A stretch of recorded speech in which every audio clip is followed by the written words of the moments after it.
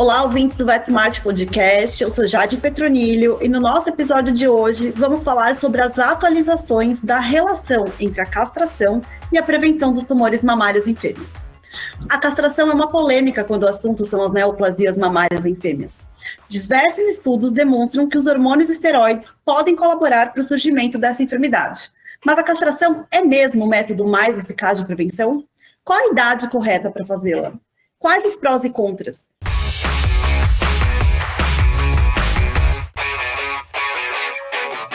Para responder essas e outras questões mais comuns sobre o tema, vamos bater um papo com a doutora Aline Zoppa, médica veterinária formada pela Universidade de São Paulo, especialista em clínica médica e cirúrgica de pequenos animais, com ênfase em oncologia. Doutora Aline, seja muito bem-vinda ao VetSmart. Bom dia, obrigada, Jade. Obrigada pelo convite, é um prazer estar aqui com vocês e falar de um assunto tão importante, tão atual, né? Com certeza, a gente que agradece. Para começar nosso papo, Aline, quais são realmente os fatores predisponentes para o surgimento dos tumores mamários em fêmeas? Os hormônios estão realmente inseridos nesse contexto? Bom, vamos lá. A gente tem um monte de fatores, né, individuais que podem predispor o paciente ao desenvolvimento do câncer de mama, né? Então, a gente tem aí fatores genéticos, fatores de raça, que são importantes. Mas quando a gente fala no geral, a gente sabe que dos tumores de mama que hoje a gente tem, existem uma divisão aí dos que são benignos e dos que são malignos, né? Mas dos que são malignos, principalmente, a gente sabe que existem receptores de estrógeno, principalmente, né, que é o hormônio, nesses tumores. Então, de alguma forma, os animais que possuem o hormônio circulante, eles estão mais predispostos a ter um estímulo dessas células, uma vez que eles tenham essas células presentes. Tá? Então, quando a gente fala de prevenção, a gente sempre pensa em tudo que a gente pode fazer para evitar o problema. Então, se esse é um ponto que a gente pode evitar, talvez, então, é por isso que se fala, né, e é por isso que a gente acaba justificando que, sim, a castração, ela auxilia muito na prevenção do tumor de mama. Agora, é importante ver que não é qualquer tumor de mama, né, são os tumores de mamas que sofrem influência hormonal e que tem, né, a apresentação desses receptores, né, quando eles estão presentes. Então, de maneira geral, sim, a gente consegue fazer aí, evitar os tumores de mama com a castração desses nossos pacientes. Aline, você falou sobre a questão de raças. Na sua experiência, quais raças costumam ter mais problemas relacionados a isso? Então, a gente vê na rotina aqui no Brasil, a gente vê muito paciente, a gente chama misto, né, que misturadinho, né, sem uma raça específica, eles são a maior parte dos nossos pacientes. Então, você fala assim, quem são os mais acometidos? São eles, uma mistura de raças. Quando a gente fala em raças mais puras, talvez você possa encontrar aí o Golden como uma raça bastante predisposta ao desenvolvimento de alguns tumores, né? A gente hoje tem menos poodles, mas os poodles já foram também os pacientes que desenvolvem bastante tumor, os Lhasa, Shih Tzus, né, os animais menorzinhos. E quando a gente falar em gato, que talvez não seja o maior foco, mas os siameses, né, os descendentes de siameses também são os mais predispostos. Tá? Então, são algumas das raças que a gente vê com maior frequência acometidas aí por uma doença neoplásica. E, de modo geral, a gente pode falar que existe uma idade ideal para castrar essas fêmeas? Antigamente, há uns 15, 10 anos até, a gente falava, assim que der, terminou as vacinas, castra. Hoje já existem outras visões a respeito disso, né? Na sua opinião, falando sobre essa questão dos tumores, existe uma idade ideal? Existe sim, Jade, olha só. Houve um trabalho, ele é bastante antigo, mas onde ele demonstrou cientificamente que, por conta desse efeito hormonal que as mamas sofrem, quando a gente castra o paciente antes que ele sofra esse efeito hormonal, então antes que ele apresente o primeiro cio, a gente tem uma proteção quase de 100% desses pacientes com relação à presença do tumor de mama. Então, o que a gente vê é assim, se eu castrar antes do primeiro cio, eu vou proteger em 99% os pacientes de desenvolverem o tumor de mama.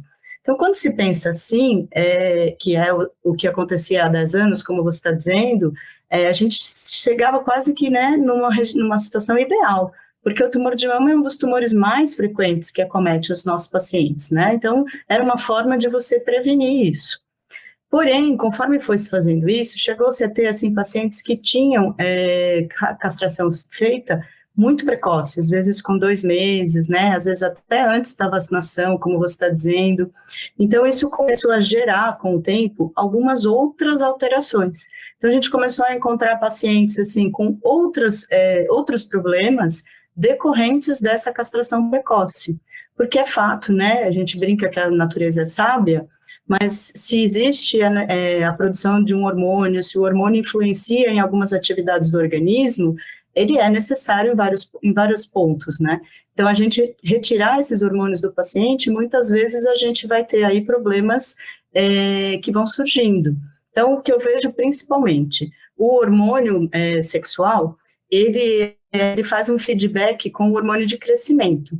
Então, a gente tem lá o hormônio de crescimento agindo no paciente, e a hora que começa a ter os hormônios sexuais, ele vai ter um equilíbrio com esse hormônio de crescimento. Então, o animal para de crescer, e aí a gente vai tendo meio que, a gente chama de um feedback, eles vão se ajustando, tá? Quando a gente castra muito precoce, a gente não tem esse efeito dentre os hormônios. E aí, todo o hormônio de crescimento, ele fica liberado para o paciente. Então, ele fica sofrendo o estímulo disso por mais tempo. Aí a gente vê o paciente com um crescimento meio desordenado, né? Alguns outros tecidos sofrendo influência desses hormônios e deixando de ter influência do hormônio sexual, e aí a gente tem problemas em relação a isso. Então, quando isso começou a acontecer, a primeira atitude foi, então não pode mais castrar. Só que aí vem o pessoal, né, a gente aqui da Onco falando, não, gente, porque a prevenção que a gente faz quando a gente castra, ela é muito importante. E então a gente precisa tentar aí achar um equilíbrio para que a gente encontre a melhor maneira, o melhor momento de castrar esses pacientes, conseguindo o efeito positivo da castração e sem ter o efeito deletério ou negativo aí de castrar muito precoce. E aí você sabe que a gente tem aí os consensos de mama, né? A cada 2 anos a gente se reúne, clínicos, cirurgiões, patologistas, todo mundo que mexe com a parte oncológica e discute o que está acontecendo com os tumores de mama, o que a gente faz melhor, né? O que está dando certo, o que não está. E no último consenso, isso foi muito discutido, e ficou definido que talvez a idade melhor para a gente fazer a castração nas pacientes, ter o efeito positivo da castração, mas não ter o efeito deletério, né? Seria, então, você castrar depois do primeiro cio, antes de chegar ao segundo cio. Então, a paciente ali teve o primeiro cio, a gente já pode fazer a castração antes que ela tenha o segundo cio. Esse mesmo trabalho que lá na frente começou toda essa história, ele mostrava que se você castra após o segundo cio, após o primeiro cio, você tem ainda uma proteção que gira em torno de 90% para essa paciente, tá? Em relação ao estímulo da mama e, eventualmente, o desenvolvimento de um tumor de mama. Então, a gente acaba tendo...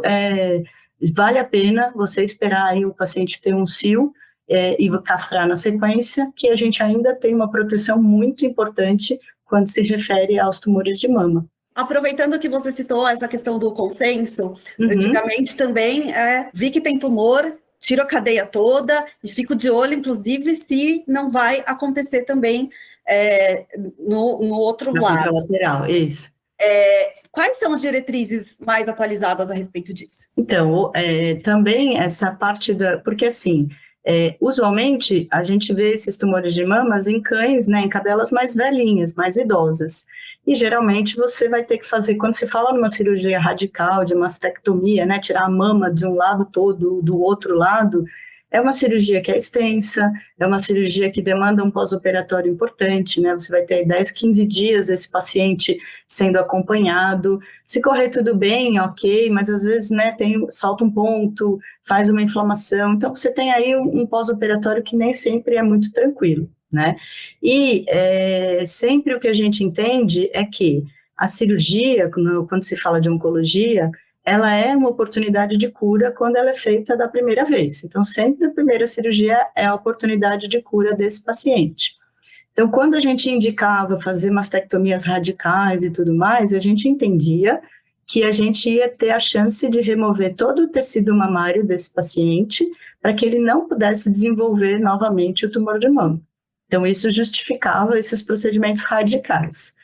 Hoje, pelo consenso, pelos trabalhos observados, né, dos resultados que a gente vem tendo, a gente percebe que mesmo a gente fazendo cirurgias radicais, tumores que são mais invasivos ou que, né, têm uma agressividade maior, eles vão recidivar ou eles vão aparecer na mama contralateral ou eventualmente como uma metástase em outro órgão, mesmo que tenha sido feita a cirurgia radical.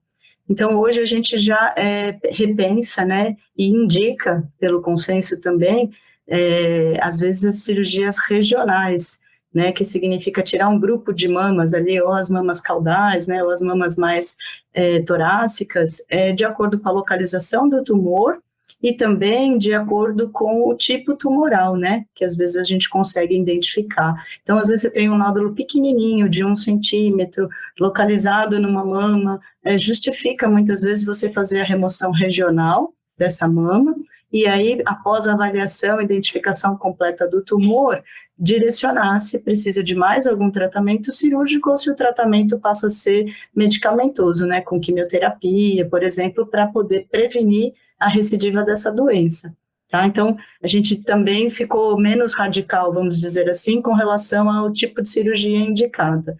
A exceção a isso são as gatas, né? Nas gatas a gente sabe que quase 90% dos tumores são malignos, então a gente normalmente faz a remoção mais radical, ou mais, digamos assim, faz a mastectomia total muitas vezes, principalmente dependendo da localização do tumor, né?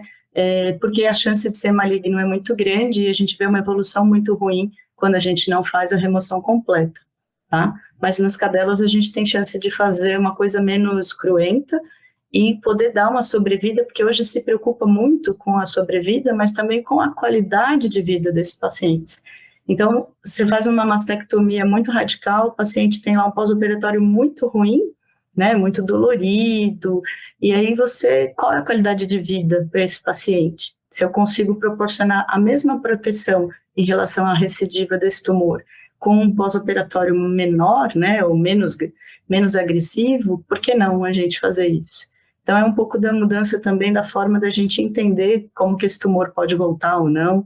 Acho que isso tem sido bastante discutido e bastante falado quando a gente se junta para falar de tumor de mama, né? E levando em conta que nem todo clínico acaba encaminhando esse paciente para um oncologista, né, Aline? A gente sabe que essa é uma realidade ainda muito grande dentro da medicina veterinária. Sim. Quando a gente se depara com um caso que, de fato, pode haver essa chance muito grande de metástase, como que a gente deve, que exames a gente deve pedir, como que a gente precisa conduzir esse caso da melhor forma possível? Tá. A gente, na verdade, acho que sempre é orientar as pessoas para o diagnóstico precoce, porque se você conseguir fazer o diagnóstico com nódulos menores, sempre você tem mais possibilidade do que fazer, né? Muitas vezes, quando você já tem os nódulos grandes, assim, 8 centímetros, 10 centímetros, a gente vê formações muito grandes, né? Às vezes já ulceradas, a gente vai ter que proceder o procedimento cirúrgico, né? Vai ter que fazer o procedimento cirúrgico, às vezes até como toalete, de forma de dar uma qualidade ali para o paciente, e nem sempre mais como uma forma de remover todo o tumor. Então, é importante lembrar que o tumor de mama, às vezes, ele aparece em nódulos diferentes em mamas inguinais e torácicas. Então, se a gente pensar na citologia, que é um exame que a gente costuma fazer nos tumores cutâneos, a gente, às vezes, na mama não usa direto, porque a gente sabe que na mesma mama, né, na mesma cadeia mamária, eu posso ter diferentes tumores. Então, se eu tenho vários nódulos, se eu for usar a citologia, eu tenho que fazer a citologia de cada um desses nódulos. Não dá para eu fazer de um e subentender que os outros são iguais, tá? Então, isso às vezes, quando você pensa na rotina clínica, na faculdade, né, no hospital de escola, às vezes é mais fácil. Mas quando a gente está na rotina clínica, às vezes é oneroso para o tutor você ter punção de cada um dos nódulos e examinar, e às vezes também a gente tem dificuldade, porque se o nódulo é pequeno, você vai ter pouco material coletado, e aí não vem conclusivo esse exame, e aí você, às vezes perde algum tempo. Então, a citologia ela é usada mais quando você está direcionado aí com um oncologista do que quando você está no atendimento normal. A gente sabe que esses tumores, quando eles se espalham pela via linfática. Então, é comum a gente observar o abdômen, então a gente faz ultrassom abdominal e raio-x de tórax, para identificar se existem lesões precoces. Agora, é importante lembrar também que o raio-x ele identifica lesões já um pouquinho maiores, então microlesões a gente não enxerga, né, na imagem radiográfica, e só quando já tiver nódulos ou formações nos órgãos abdominais é que a gente vai enxergar também. Então, as pequenas metástases ou micrometástases que a gente chama, que são as células que começam a se espalhar, que é bem o inicial, é difícil de você enxergar, né? E isso que às vezes é a dificuldade dos tutores, porque eles fazem os exames e os exames não mostram nada. Então, teoricamente, a gente entende, está tudo limpo, né? Posso fazer a cirurgia e remover o tumor. E, eventualmente, a gente tem um tumor bastante agressivo que já tinha microcélulas se espalhando. Então, a gente, na verdade, não viu nada ainda, mas já tinham células pequenas se espalhando. Então, é importante essa identificação ser bem feita, bem conversada com os tutores, para não ter problema depois.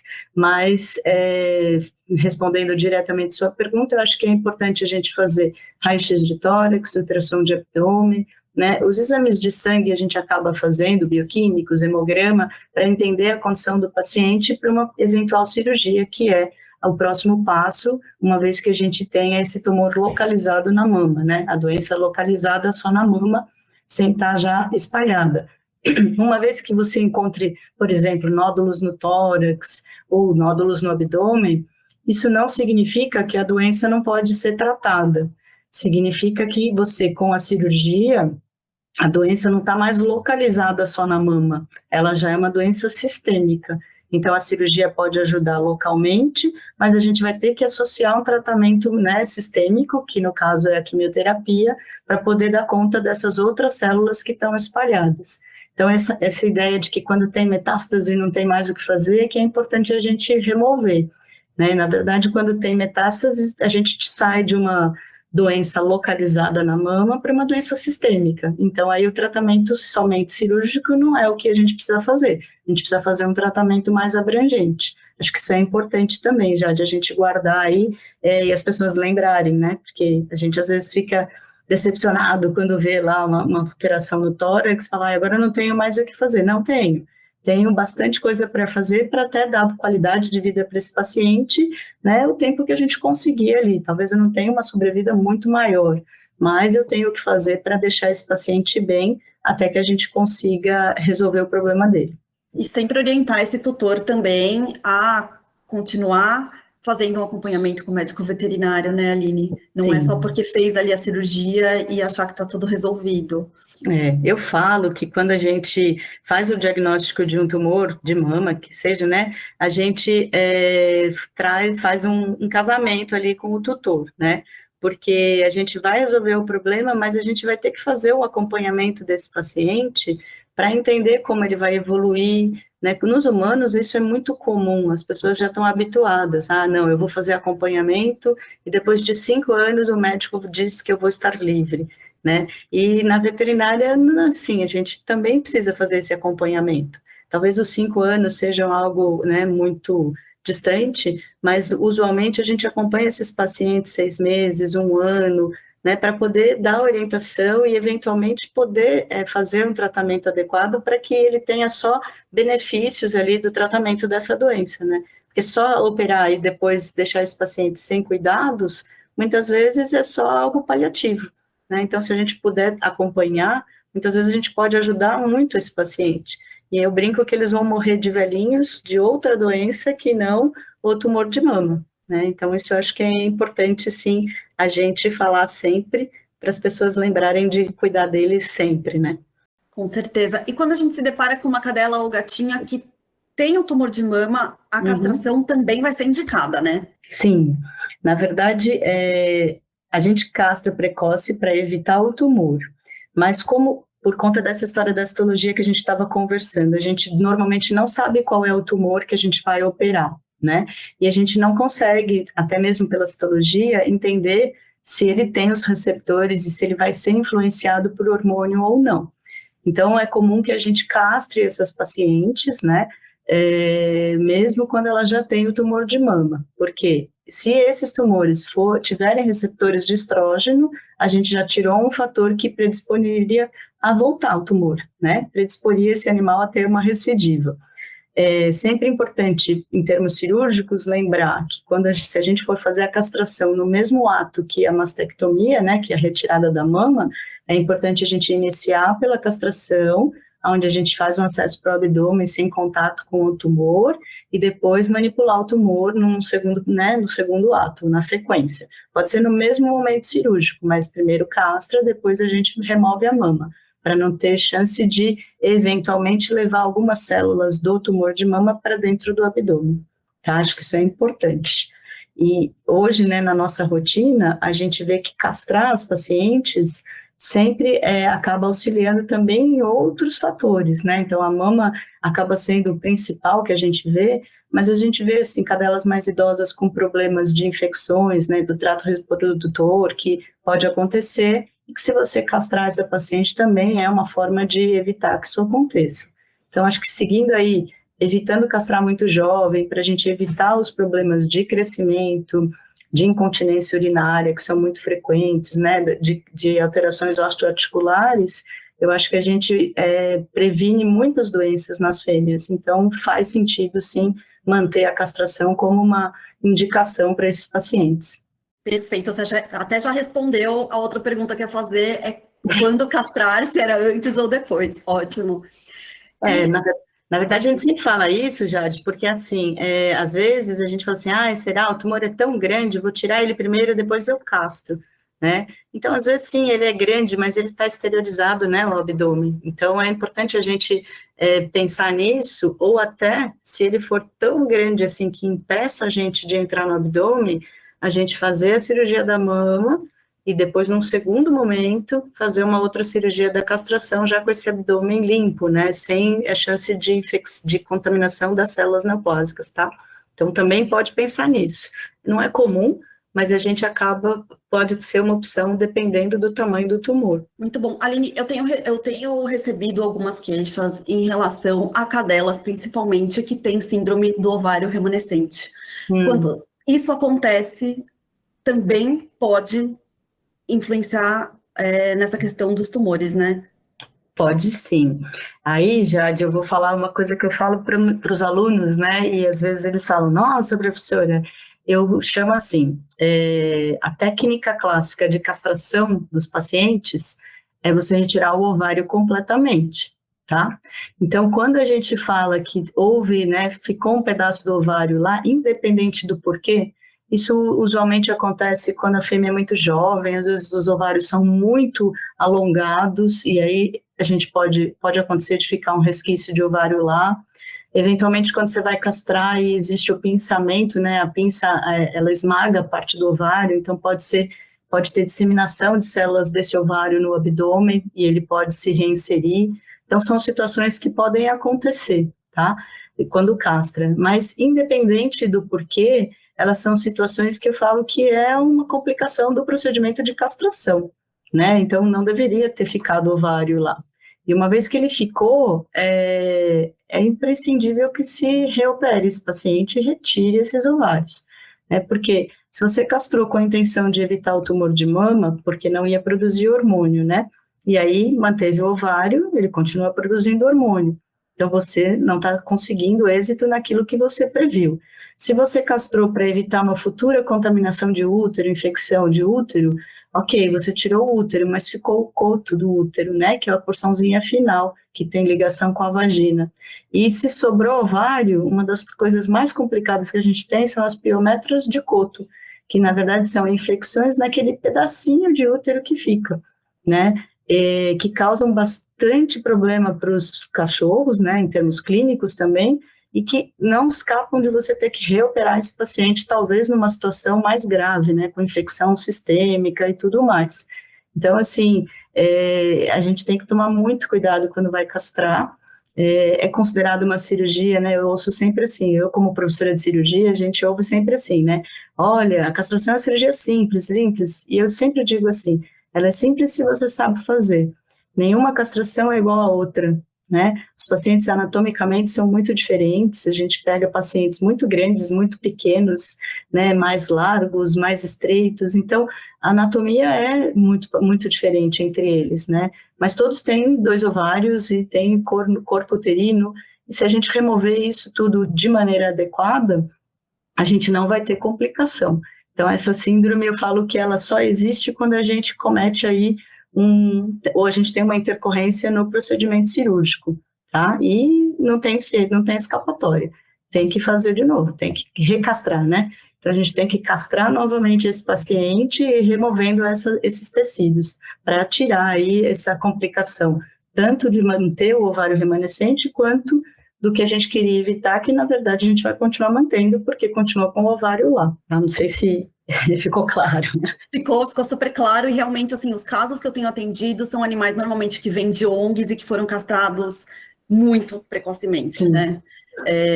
E aí, só para deixar claro, não fui eu quem fez essa cirurgia, porque eu sempre encaminho para o cirurgião, porque, como a gente comentou, né, que ainda, infelizmente, é muito difícil alguns médicos veterinários encaminharem, eu acho imprescindível a gente contar com os nossos colegas para cada um mexer ali na sua caixinha no que entende. Ah, Jade, não é melhor? Assim, acho que a nossa satisfação é ver o paciente bem, né, a gente conseguir êxito naquilo que a gente está prescrevendo ou fazendo. Então, eu acho que é muito mais digno você dizer, olha, eu não faço isso com frequência, é melhor alguém fazer e fazer direito. Você está sendo muito mais cuidadoso com o paciente do que, não, eu me viro e eu faço. E uma coisa que não é o seu métier, digamos assim, né? Mas, assim, não é comum. E eu não sei, o grande receio das pessoas, muitas vezes, não encaminhar, como você falou, não só encaminhar para fazer cirurgia, mas encaminhar, por exemplo, para um onco e tudo mais, as pessoas têm muito receio de perder o paciente, né? E hoje, com essa grande fonte de informação que todos têm, eu sempre entendo que quando você encaminha porque não é o seu melhor e você tem alguém melhor que faz aquilo, você ganha o cliente e não perde, né? Porque ele acaba vendo que você propiciou o melhor para ele. E ele volta para você toda vez que ele precisa, porque ele confia em você. E ele sabe que você vai sempre querer o melhor para o paciente. Então, acho que a mentalidade mudando um pouquinho vai ajudar todo mundo. Sem dúvida. E para finalizar o nosso papo... Estava tão bom. Pois é. Como que a gente tem que abordar esse tema com os tutores? A gente sabe que hoje ainda existem tutores que utilizam... produtos que não deveriam, né, que são contra a castração. Como que a gente faz esse atendimento individualizado em relação à esterilização e orienta os tutores para que eles entendam a importância disso? Olha, normalmente a gente tem 2 tipos de pessoas que chegam para vocês. Aqueles que não têm nada ainda, vem vacinar ou vem por outra coisa, e o paciente é inteiro, né, não é castrado. E aí você pode fazer a abordagem. Então, normalmente, nesses pacientes, eu acabo conversando com eles e explicando que, é uma fêmea, que uma das alterações mais comuns que a gente consegue observar é o tumor de mama. Então, eu ensino eles a palparem as mamas para mostrar, a mama está limpinha, não tem nada, mas se o senhor perceber algum nódulozinho, o senhor vai trazer para a gente avaliar, porque se diagnosticar precocemente, o tratamento acaba sendo mais fácil de fazer, né, mais certeiro e tudo mais. E aí eles, nessa conversa sobre o tumor de mama, né, eles acabam perguntando, mas não tem como a gente evitar isso? E aí eu introduzo a informação da castração, que passa a ser uma forma de a gente evitar precocemente esses tumores. Às vezes o paciente já tem mais de 2, 3 anos, já teve mais do que 2 CIOs.